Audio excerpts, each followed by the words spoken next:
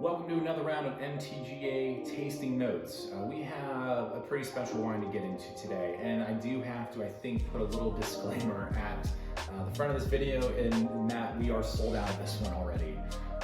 This escalated very, very quickly over about the last year or so, and it was something that I wasn't ever actually planning on making, but in last summer, we're talking June, July, almost a year ago now, that we were thinking about bottling up some Cabernet Franc. Now, I've told this story a few times to many of you, and if this is your first time here, I'll kind of try and cover a little bit of it, in that we were trying to bolster our red wine program by adding in some other varieties, a red blend, some more Cabernet in particular, and we purchased some Cabernet Franc. Just to do that, we're trying to kind of up the volume of those wines a little bit more. That way, it's not just a couple of barrels, maybe we can make 4 or 6 barrels of our red blend instead. So we've been really diligent in trying to grow those programs because that's what folks like you have been asking for, looking for a little bit more Cabernet and a little bit more red blend of our red blend. So we really were hoping that this Cabernet Franc was going to fit right into those programs.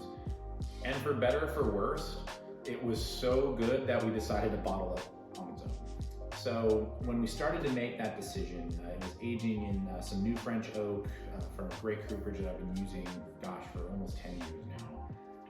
And I was for my first time making Cabernet Franc, I was a little bit on edge about it because I wasn't really sure what I was doing. I mean, I'd say, after making wine now, and going into my 13th year of making wine, I knew what we needed to be done to make good wine, but Cabernet Franc for me has always been something that's a little quirky in the sense that if you get like Cab Franc from Bordeaux or even the Loire Valley in France, it leans a little bit more savory. You pick up some more of the greener characteristics in it, which is why it's a great blending variety, or a little bit of even like from the Loire, it can be still a kind of full-bodied red wine, but not super, super heavy. And on the other side, you have some folks in Napa that are making in this really big, rich style. And there's really not a lot of in-between for Cab Franc. At least not that I've found. I'm sure they're out there. So that kind of became the goal because one, I do love the style of those French wines. And two, I do get a little turned off. I like the jamminess of some California wines because I think they can just be a little heavy-handed. So with Cab Franc in particular, having these really unique characteristics, I was thinking to myself, hey, how can we kind of walk the edge of that knife and get a little bit of both, where you get these nice rich fruit flavors, but you have kind of a savory component that's very natural to Cab Franc to really set this apart from some of the others that are being produced. And that happened probably about like 8 months into making this wine. Like, oh, this actually has some legs to it. Let's see if we can't get them to start running in the right direction. So for the next, it was probably another 8 months after that, it was really keep an eye on this bad boy. We only had 1 barrel of it to boot, so there wasn't a lot to go around. But we also started kind of teasing some of our wine club members and mailing with folks about it, and we got a huge response. And it was, in essence, by the end of last summer, it was sold out already, and we released it in February. So it was kind of wild, and I promise I'm working on making more Cabernet Franc for you, so never fear, it's in the works. We're getting there, I promise. As promised, we are trying to bolster some of these red wine programs that we're getting into, so this will be one of them for sure. And I think, as kind of skeptical as I was to bottle it on its own, I'm really happy we did because it ended up tasting really, really well. And I do think it toes that really beautiful line with Cabernet Franc where it doesn't go super ripe and it doesn't go super lean and mean either. It kind of fits this mold really, really well down the middle there. It's a wine that I'm very, very proud of. We were able to have a little bit of fun with the label since it was so last minute and so ad-lib. We created this, what we call the Let It Run label. Some of you are familiar with my rowing career in college. Let it run was a turn of phrase that we used when we would stop rowing and just let the boat do the work for us. You already had plenty of momentum, that you'd be told to let it run. You would gunnel your oars down or just float them so that the boat would just coast. And that became a mentality for this little corner of the MTGA wine program. It was like, this wine is just doing really well on its own. Let it run. Let it do its thing. Don't overthink it. Keep it simple, stupid. Just let it go. And of course, we still have to manage it and make sure that it gets to, a bottle, and still tastes really, really well. But it was really, I think, probably the first time where I decided, hey, we're just gonna try not to get in the way. I'm not gonna try to overthink this.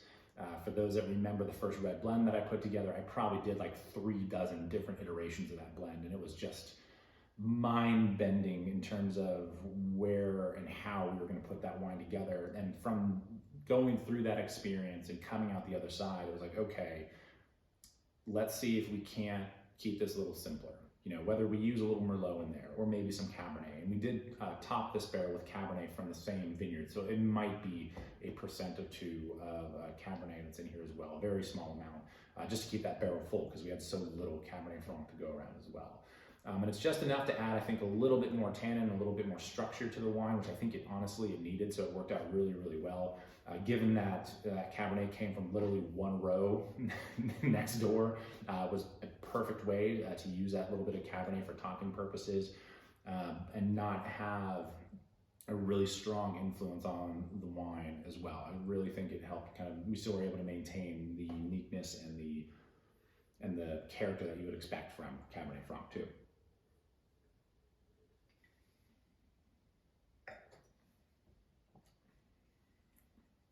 I think what's interesting is, in essence, between our single barrel program, our single barrel Merlot, the Pinot Noir, the Cab Franc, even our Saint Viateur Cabernet Sauvignon, those 4 wines all fall in this tier, so to speak. They're all fairly synonymous in terms of their style, aged a little bit longer, a little bit more new oak used in them as well to spice up those wines and make them a little bigger, a little bolder.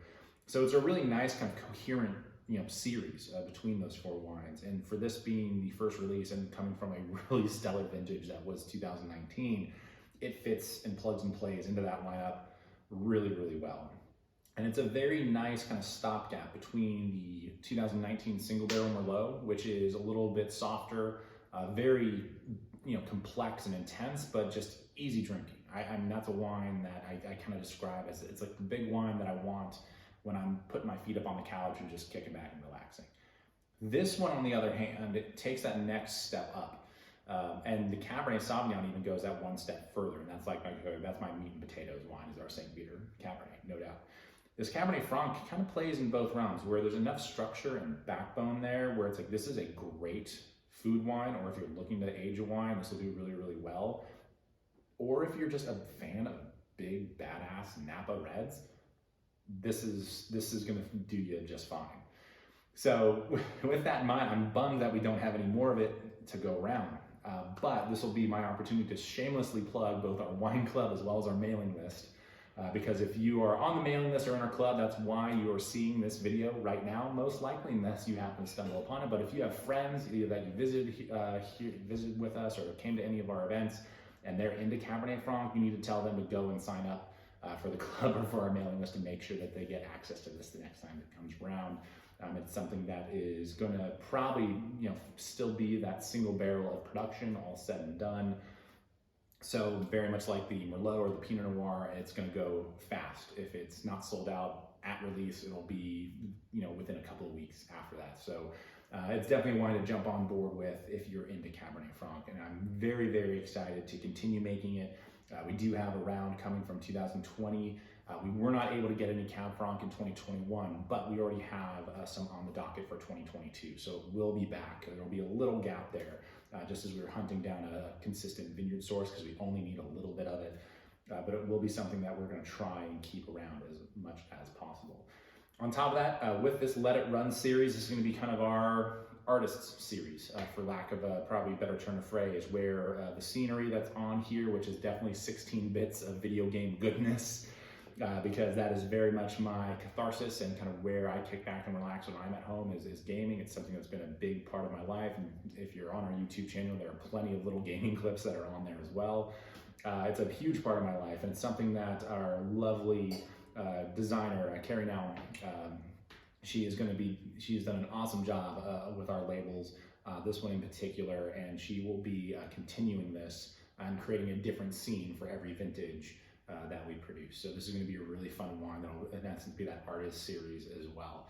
Make it a little bit more, I guess, collectible and kind of fun to have something different on the label every time it comes around. So that is the Cab Franc. Again, I apologize, there is so little of it to go around from this 2019 vintage, so if you have some, you should probably covet those and hang on to them. They're a great special occasion wine, but remember, you could get hit by a grape truck tomorrow, so you might as well pop open a bottle and enjoy it if you got a couple laying around.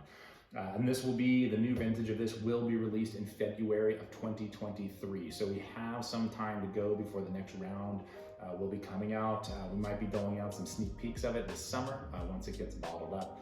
So stay tuned for that as well. As usual, thank you guys so much for your support. When it's wines like this that sell out before they're released, it's mind-blowing to me that you're willing to take a chance on, a new wine from us, and realistically something that's kind of a new style as well. So it means the world that many of you dove into this wine. I'm very excited to continue making it and keeping it alive. So thank you so much for the support. It's what really allows me to do what I do, and for Brittany and I, we can continue kicking out great wines year in and year out. So stay tuned for the next release of this, and until next time, we'll see you later.